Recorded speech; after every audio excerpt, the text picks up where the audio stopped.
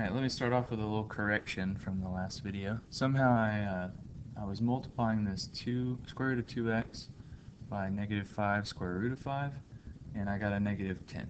But there's only a 1 out front here, so 1 times negative 5 is negative 5, and then it would be the square root of 2x times 5 is 10x, and then minus 3 times the square root of 2x times the square root of 2x is just 2x.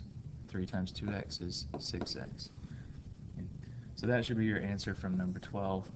The only thing that's different is that negative 5 I had as a negative 10. Okay. All right, let's jump to this assignment here. Oops.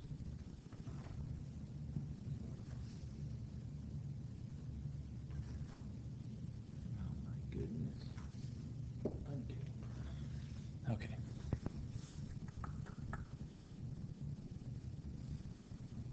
And we'll start with number 14, and we'll see if we can get through all the even ones here. Move this over there.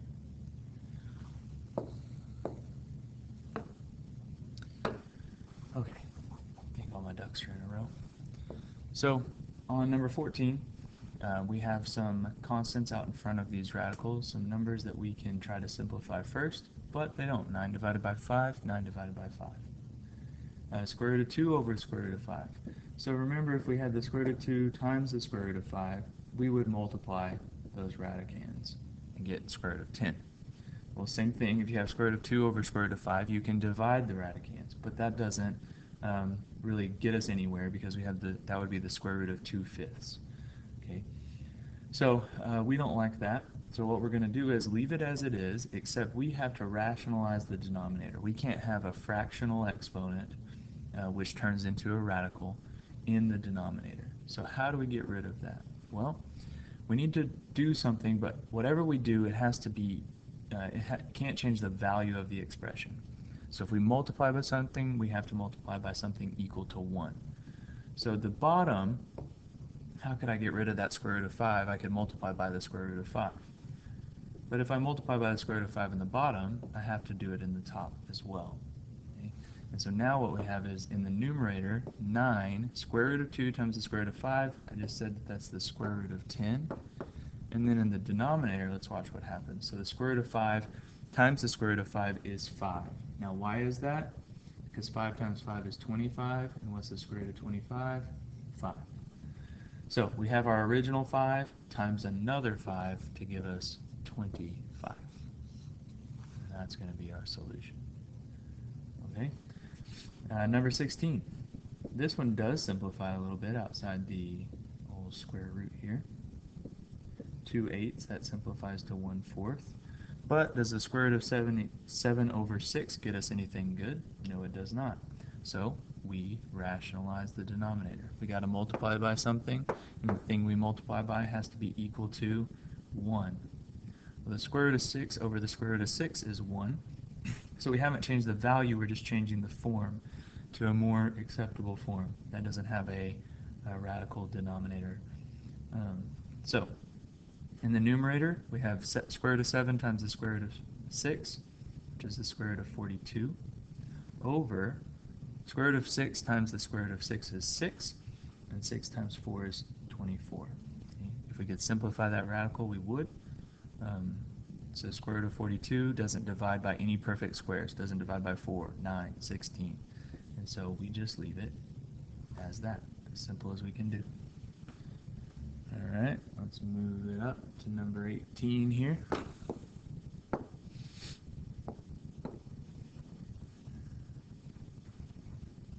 Alright, so I have mixed feelings on these. There's a lot of ways to do it. So let's look at one of those ways. I'm going to look at each piece individually.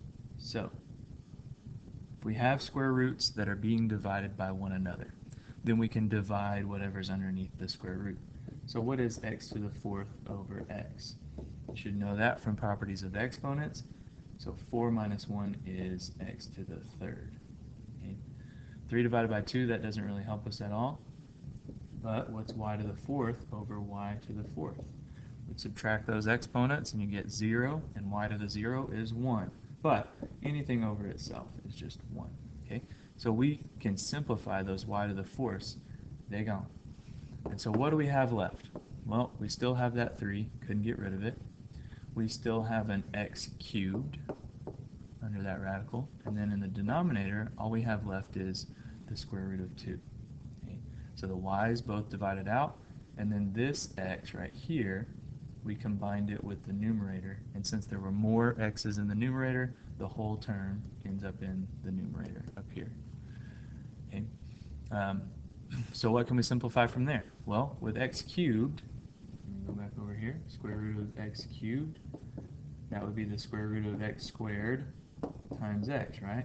The reason I did that is because I know I can take out 2 at a time. So 2 of those x squareds I can remove from the square root and they become an x.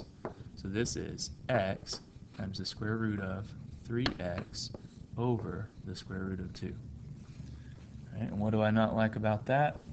That the denominator has a square root in it. I need to rationalize that denominator. So I multiply by the square root of 2 over the square root of 2, and I get x square root of 6x over 2. And that's my answer, because I can't simplify any further.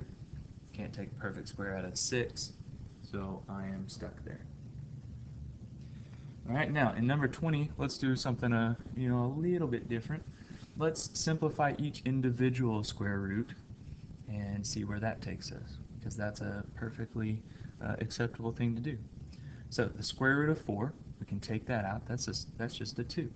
Right? The square root of 4 is a number, and that number is 2.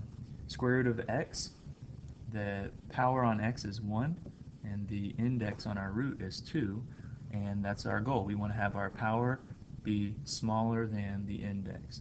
So we can only take out 2 x's at a time. We only have 1, so we can't take anything out. But with the 3, we can take out 2 at a time. And what does it become when it comes out of there? Y.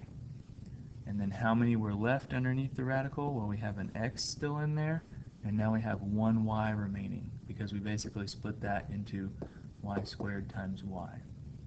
So that, when we take the square root of it, it comes out as a y, and then this y has to stay under the radical. Okay, so that one's simplified. Then let's look in the denominator. So we have a 4 there. Square root of 10, we've tried to simplify that one before and it doesn't, so we'll leave that one there. We have an x cubed, which is just like the y cubed in the numerator. We can take out 2 x's at a time, and we take out 2 of them. It becomes an x. We can't take out any y's, and so underneath the radical we still have square root of 10 x y.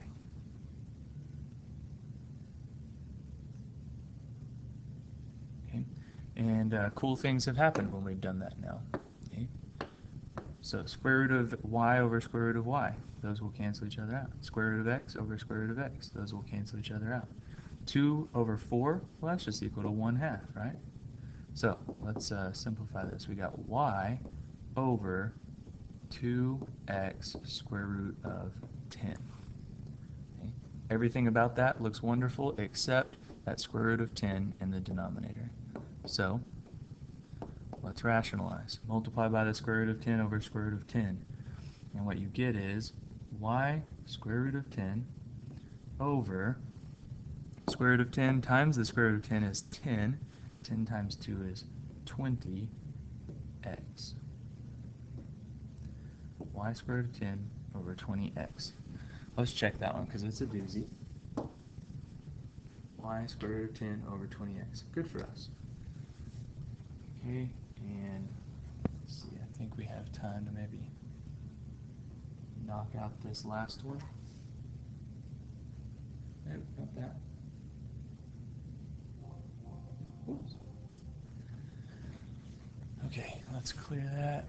Oh my goodness. Struggle is real. Let's see if we can do number 22 and call it quits. Alright, 3b. Not even a radical. So, we just leave it alone for now. Alright, what do we have in the denominator? Well, we have a 3, square root of 3, which we can't simplify that. We can't take it out of the square root. It's not a perfect square. But b to the 4th, that's b squared times b squared under a square root. Okay, I can take them out 2 at a time. So how many can I take out? Take out one b, and I can take out another b, and it just becomes b squared. Okay, so what's the square root of b to the 4th? Okay, what can I multiply by itself to get b to the 4th? I can multiply b squared by b squared. So this becomes b squared square root of 3. Okay. When I do that, I notice that I have something that can simplify that's no longer underneath the radical. So this is a b to the 1st power divided by a b squared. So one of these cancels out one of these, and it just leaves me with 3 over b square root of 3. Last step, just rationalize the denominator. And when I do that, I end up with 3 square root of 3 over 3b. And then what's 3 divided by 3? It's just 1. I get square root of 3 over b. And check that one, square root of 3 over b. Alright, good for us. And you can see the answer to number 21 too. Happy day. Alright, we'll call it quits. And if you have more questions, let me know.